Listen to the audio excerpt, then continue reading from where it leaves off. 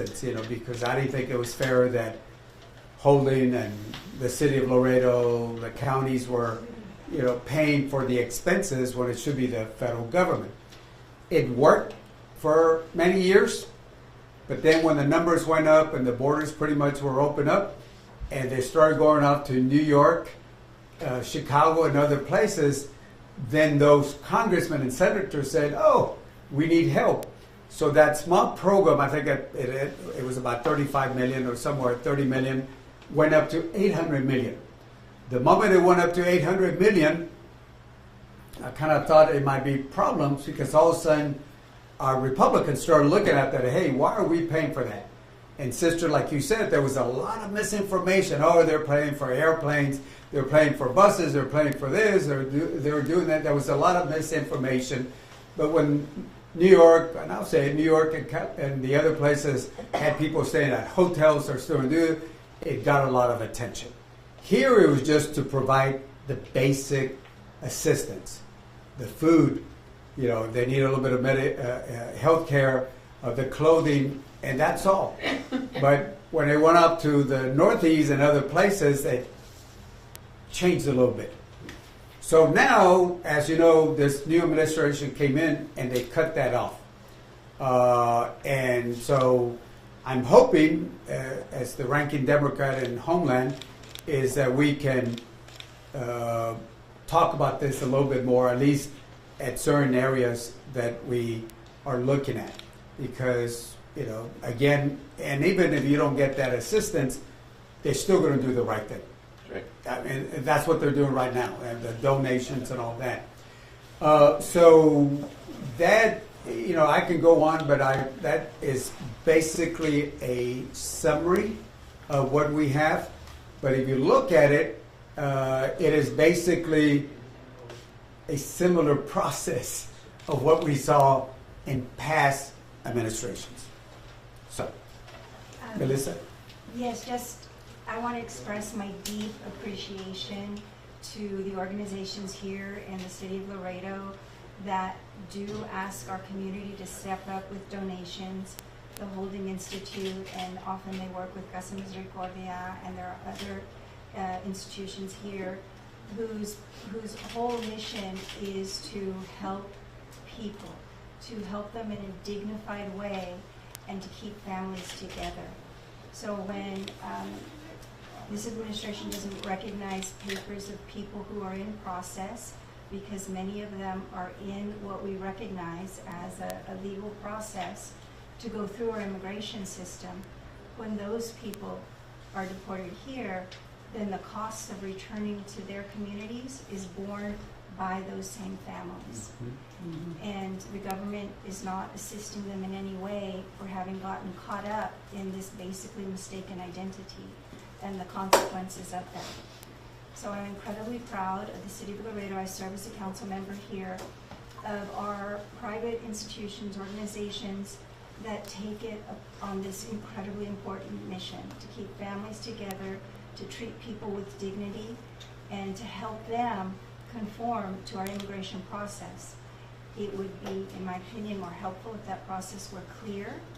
But right now, this is the mission that they are called upon, and the city will do everything it can to support our private organizations that are doing this.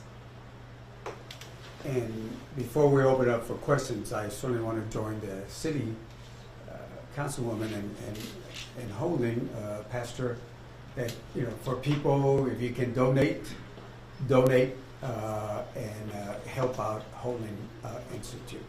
There's more things that, we could talk about, but I'd rather just, if you don't mind, opening up for questions. En español, en inglés, podemos hacer unas palabras en español o las preguntas. Vamos a comenzar en español, a las preguntas en español primero. ¿Qué tipo de donaciones están solicitando congresista Mike, pastor y regidora? ¿Cuál es la ayuda que están solicitando? Ropa, comida. De lo básico a pañales. Sí, siempre. Imagínate tu propio hogar. ¿Qué hace falta en tu hogar para hacer lunches en la noche, para la comida del siguiente día, pañales, wipes, cosas así. Y yo entiendo que hay gente que a lo mejor puede decir, pues yo me pongo la mano en mi bolsa y no tengo nada, pero bueno, pues una ración o si tienes un paquetito de colorines o algo así para los niños. Todos sabemos, y si no sabes cuánto vale un paquete de pañales, vale ya como 30 o más, $30 o más, o cualquier cosa, no lo hacemos fuchi. Cuéntame un poquito de este proceso. Os había comentado que era como clockwork. Son llevadas a Dilley, luego llegan aquí a Holding. Más o menos, ¿me puede dar una explicación de este proceso? ¿Cómo funciona? ¿Van a ir a corte? ¿Qué sigue? Ok, el proceso, primero, las personas que llegan aquí, los adultos tienen los ankle monitors. Los jóvenes o los niños no tienen ese tipo, nomás los adultos. Cuando salen de Dilley, hay una coordinación, hay un tiempo donde ellos saben a qué hora, y lo quiero dar la gracia porque en el pasado a veces nomás dejaban personas de la ciudad en otras partes, pero hay coordinación. Las personas ya vienen con un papel donde dicen que se van porque ya saben a qué comunidad, a qué estado, Nueva York, California, otras partes, y buscan la corte de inmigración más cerca para esas personas. Hubo un poco de problema donde el Border Patrol no estaba aceptando esto, pero ya hubo esa comunicación. Y la cosa que es interesante es que a un tiempo unos de ellos ya tenían ese papel que era suficiente, pero como sea lo levantaron, lo pusieron en Dilley, están aquí, todo ese gasto, tiempo afuera de donde estaban, y tienen el mismo papel pero con otra fecha. Comenzaron, como dicen en inglés, start the clock again, van a comenzar el tiempo otra vez, pero van a estar, se van a regresar donde viven, y la corte de inmigración lo más cerca posible. Pero, bueno, me pregunté que esto, o sea, los detienen y todo. ¿Cuál es el propósito de esto? Pues si se les va a liberar para que lleven el proceso de la corte y todo esto. ¿Cómo? O sea, ¿cuál es el propósito de detenerlos? Si, o sea, se va a llevar a corte y se los va a liberar para que pues... Bueno, esa es la pregunta, es que unos de ellos fueron levantados saliendo de la corte. Algunos estaban trabajando en otra parte, es que por eso estoy diciendo, ¿por qué levantaron a unos cuando ya tenían el papel? Y lo están dando el mismo papel, el mismo permiso que ya unos de ellos tenían, no todos, pero unos tenían ese permiso, que es una promesa donde van a decir, me voy a presentar a la corte en esta ciudad, ese estado, en esta fecha, a ese tiempo. Unos de ellos ya lo tenían. Mr. Congressman, perdón, si puedo añadir. Un mito que existe en la nación es que esta gente no se presenta en el corte cuando tiene fecha. Y la gran mayoría, si están en el proceso y tienen los papeles, sí se presenten en el corte. Claro que sí, porque lo que quieren hacer es estar aquí legalmente. Y ellos empezaron el proceso y están haciendo todo que el gobierno le está diciendo que tiene que hacer para poder estar permitido quedarse aquí. Y el enfoque debe de estar en los criminales, las personas que son riesgo a la comunidad, a la nación, o los que tienen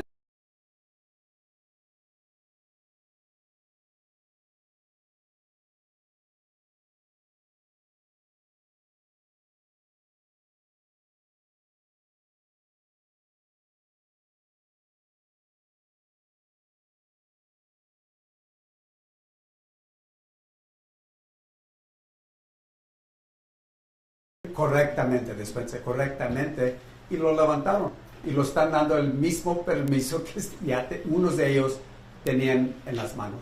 ¿Cuántos migrantes hay aquí? ¿Mande? ¿Cuántos migrantes hay aquí? Bueno, como digo, y ellos pueden ser, cada día llegan de 24 a 100 personas.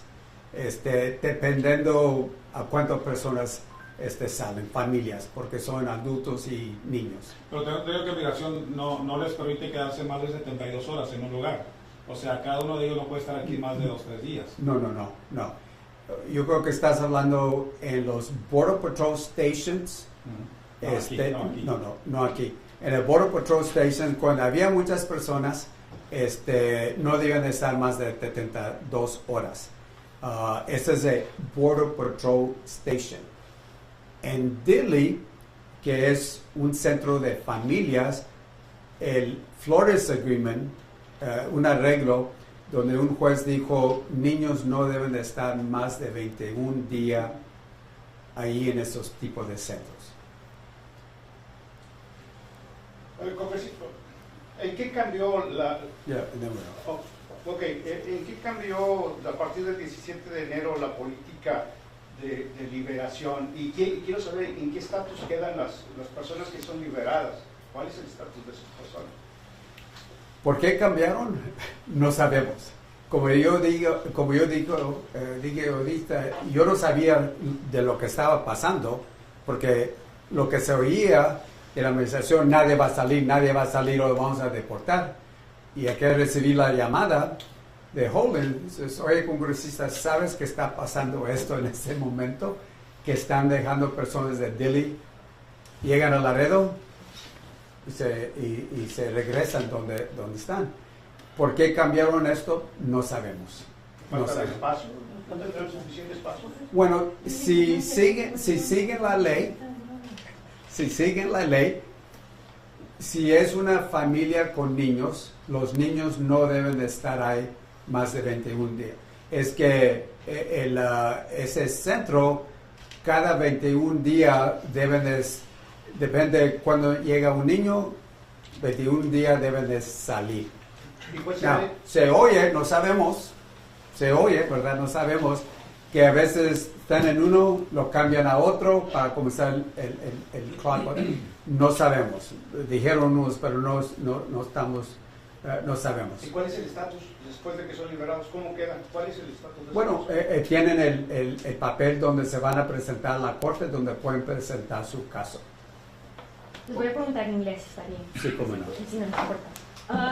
I'm sure you're watching the news about Liam Conejo Ramos. He's the 5-year-old that's getting a lot of attention in Dilley for being captured in Minneapolis. I'm curious if y'all know anything about whether he might come here, or even the treatment of what they're receiving in Dilley influences. You're talking about taking care of them when they from Dilley come here. Obviously, very different conditions. If you could talk to a little bit about that, or anything you might know. We don't know anything about. We know that he's there. I know my friend Joaquin Castro was there, but we don't know what's going to happen after that. But again, one thing that I added in the appropriation some years ago, besides the humanitarian relief, was that every center, if they follow the law, I added language that members of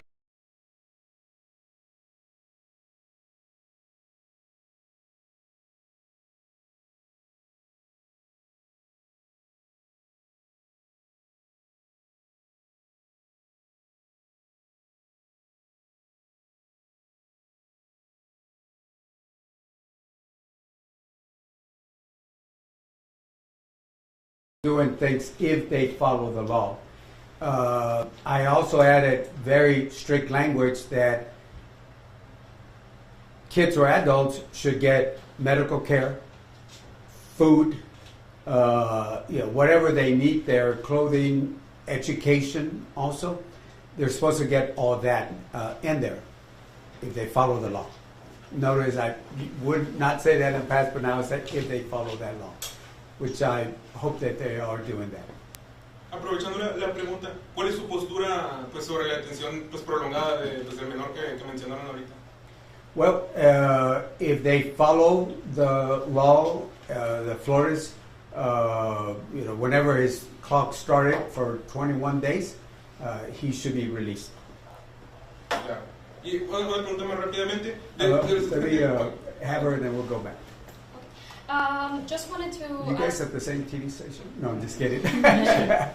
So just wanted to know, why are these individuals being brought here specifically to the holding unit here in Laredo? And then also, if you could please talk about the process. Are they taken from Dilley and they're brought here? Are they then released with a court date? What is the process after arriving here? Yeah. Well, they're in Dilley after.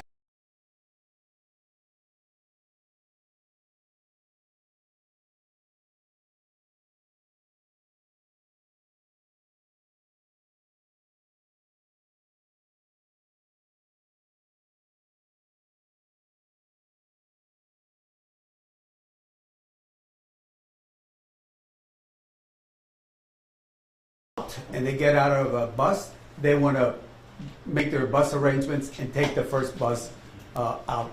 If they come late at night, then of course then they get to spend the night, but usually they try to leave as soon as possible. Government doesn't pay for that transportation. It's all families, and they probably have to redo it again because they're redoing it. And keep in mind that if they're in the interior, maybe some of them got picked up at some lumber place, Lowe's or wherever, but some of them were cut up when they were following the rules of showing up at court. And they already had a paperwork, el permiso, as they call it in Spanish. They had the paperwork, and they didn't honor that.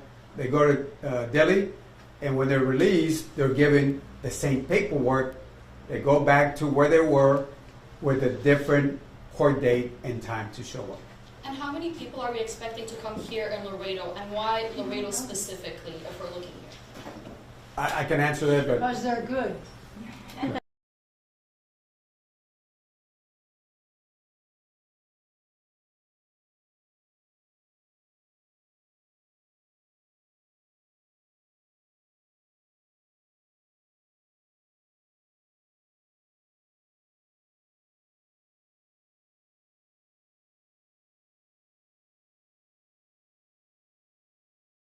Added it on, didn't replace one for another. We just added it onto our shoulders, and we've continued to do that.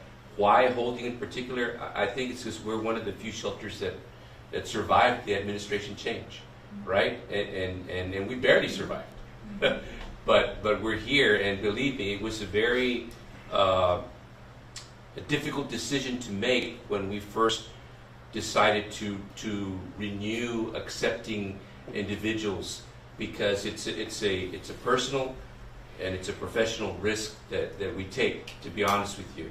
And we decided to do this because we believe very strongly that there are just some absolutes, and this is the right thing to do. This is one of them. It's a moral absolute. There should be no questions about it. Why would you refrain from giving someone a bottle of water, a warm plate of food, a pillow, a blanket, right? So sometimes you just have to do the right thing, period. Congresista, usted pertenece a un comité de designaciones de alto rango. Permiso. Nomás para añadir un poquito, I'm just going to add on. Also, I believe the city of Laredo, these are people coming from the detention centers.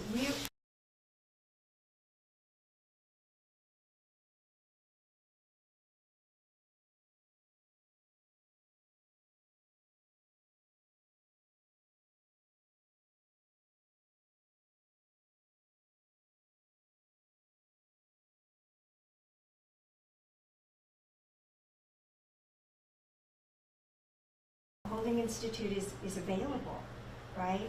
They do wonderful work, and they're so connected to a wonderful network of organizations that support them.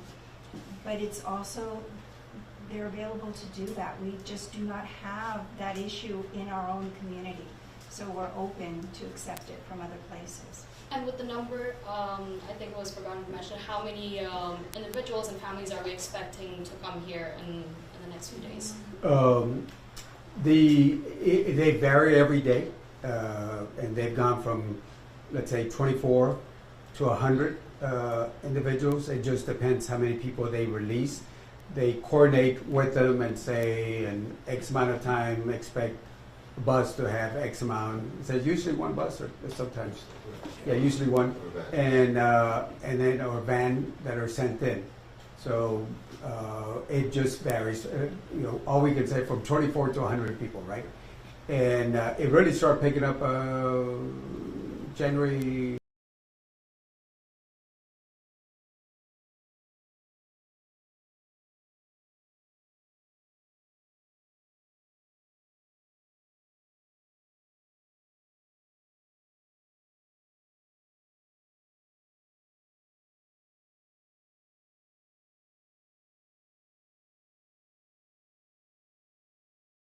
Had el permiso, the paperwork, and then you hold them at a detention, and then you release them, and then they have to go back and incur more costs, and probably wondering what happened to the place they were staying, wondering about job, if they had a job or whatever. I mean, it's, you know, being away for a while, it has to bring a lot of uncertainty on that. Okay, congresista, usted pertenece al Comité de Asignaciones de Alto Rango de Seguridad. Es uno de los congresistas más resaltantes, más destacados que hay en este país. ¿Cuál es su comentario? ¿Qué nos puede comentar su forma de actuar del ICE en diferentes ciudades de este país? Sí. Bueno, primero lo que pasó en Minnesota fue algo que no debe de pasar. El ICE o el Departamento de Homeland Security tiene una póliza del uso de armas.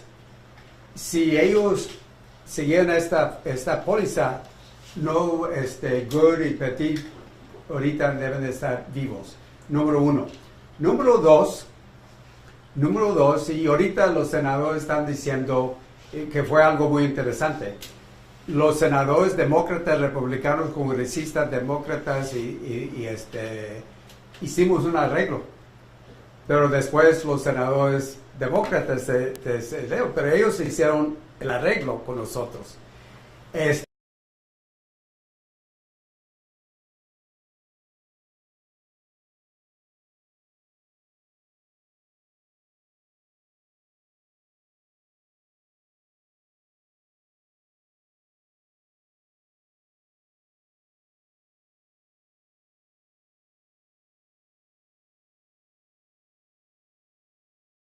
Child exploitation, drogas, human trafficking, eso sí pusimos más dinero.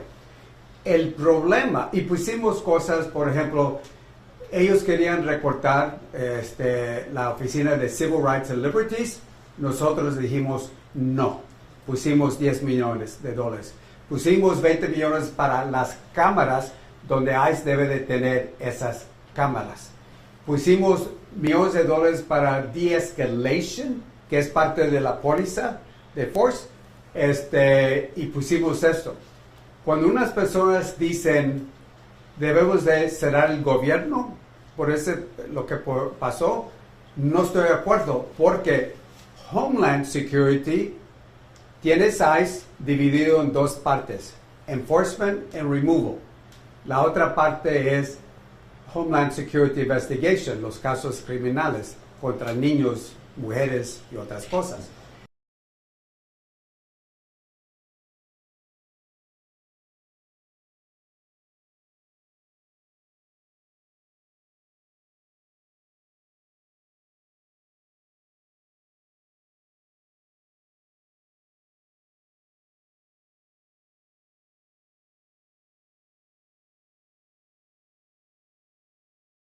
A beautiful bill / ugly bill, depending how you look at it. I call it the ugly bill. Recortaron Medicaid, Medicare, affordable health care. They give tax breaks to the wealthy. For the working class, it was only 3 years instead of a permanent tax cut. And in there, they gave Homeland $200 billion. Homeland and the military got a lot more. ICE got specifically $75 billion. So if you close down the government, like some people say that they want to do, it doesn't affect